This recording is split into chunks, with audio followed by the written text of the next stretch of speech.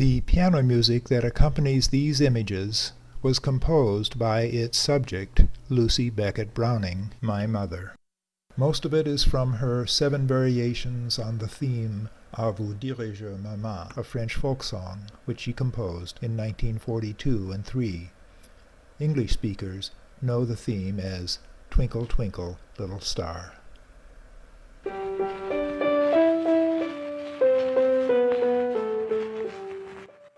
Baby Bright Eyes in 1903, do you know how you'll grow, what you'll be? Daughter of the beautiful Mary Milliken Beckett and Thomas Beckett. Here, very impressive, but with a splendid wry sense of humor, in a wonderful old house in Hamilton, Ohio.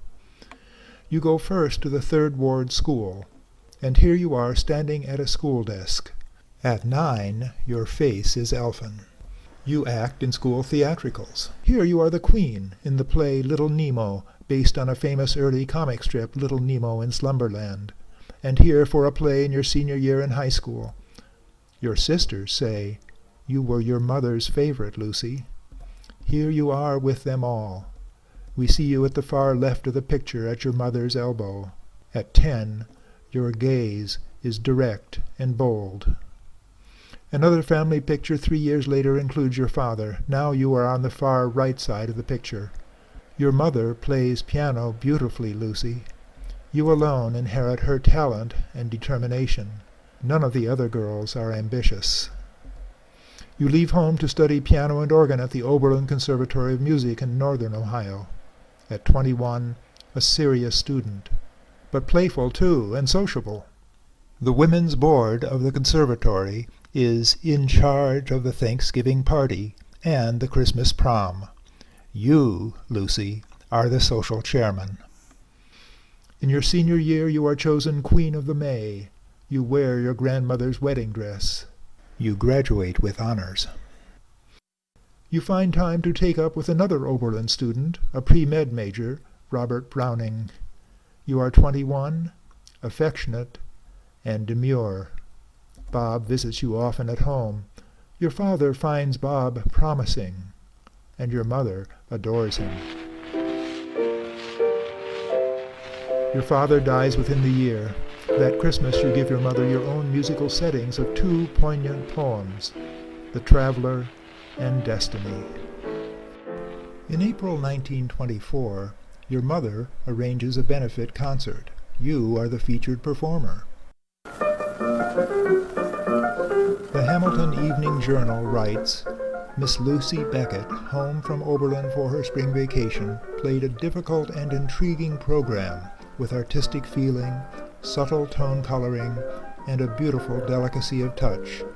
She was exquisitely pretty in a white lace evening frock. In 1925, you and Bob marry. You smile on your honeymoon in spite of the fact that neither of you had any education in such matters, as Bob admits ruefully decades later. Within a year you have a baby boy. You name him Thomas Beckett Browning, after your father. Then another boy, Peter. Then Bob catches tuberculosis during his work at City Hospital. You all move for 6 months to Trudeau Sanitarium in Saranac Lake, New York, where Bob is both a patient and a resident in training. Here you are at Saranac Lake with Tom and Pete. Boys will be boys, of course, but after the 3rd boy, Charles, sterner measures must be taken. The demure co-ed is now an authority whose word is law, she hopes. Oh my, peeking out of the pram is still another boy. Here's Rufus. Now you've had 4 of 'em in 8 years. He seems a cheerful enough lad, but 4 boys. My goodness. Or perhaps not. 4 boys require a certain amount of herding and lots of physical activity to use up their excess energy and teach them to work hard. You supervise the big boys to tear down an unwanted wall between the central hallway and the living room to open up the space. Good destructive boy work. You do a lot of gardening, but when World War II comes you heed the call for victory gardens. 20 million victory gardens eventually grow 40% of the produce in the United States. You move the garage to make room for ours. The big boys break up the old concrete. But it turns out that Lake Erie clay, while not concrete, is definitely a hard place. We boys do a lot of weeding. I remember bringing the hoe down with real 10-year-old force. It bounced, leaving a small nick in the clay. I glanced toward the house, hoping no one is looking. I love the rhubarb, Mom, but turnips were a loser. But it wasn't only hard work. Oh, no! You took us swimming regularly in summer. Here we're playing on the slide in our backyard. You organized many activities at our house that happened nowhere else, a friend told us many years later. You wrote plays for us, made the costumes, and put us through our theatrical paces. But wait, there's more. 7 years after Rufus, the winsome Nora is born. We are all happy to see a girl at last.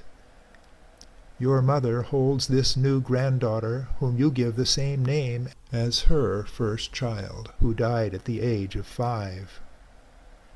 First steps, gathering flowers, and another girl, Martha, 3 years later.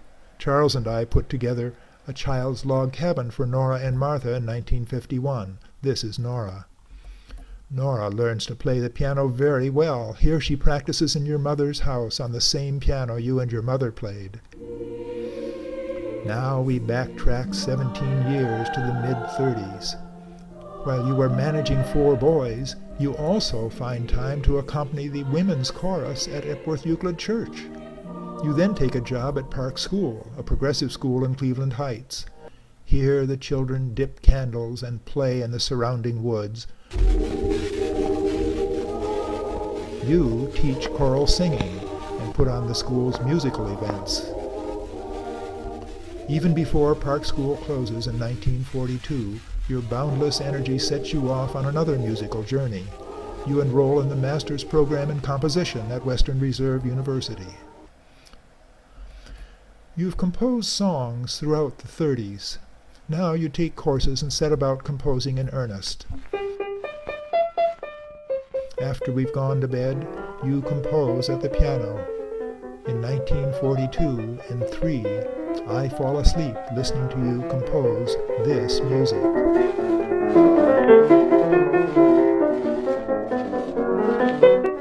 The piece is played by several pianists over the next few years, notably by the young Eunice Potus in 1946 in a recital at Severance Hall, home of the Cleveland Orchestra, to which you take me. Miss Potus acknowledges you in the audience. You rise. I am proud and slightly annoyed that you sit down before people can see you. While not your final triumph, it is a notable one. So, Mom, a few months ago, a speaker asked us to consider the greatest gift that shaped our lives from those who cared for us when we were young. My friend looked at me and said, "Music." No, I said. Love. À vous dirai-je, Mama, I will tell you, Mama. Thank you.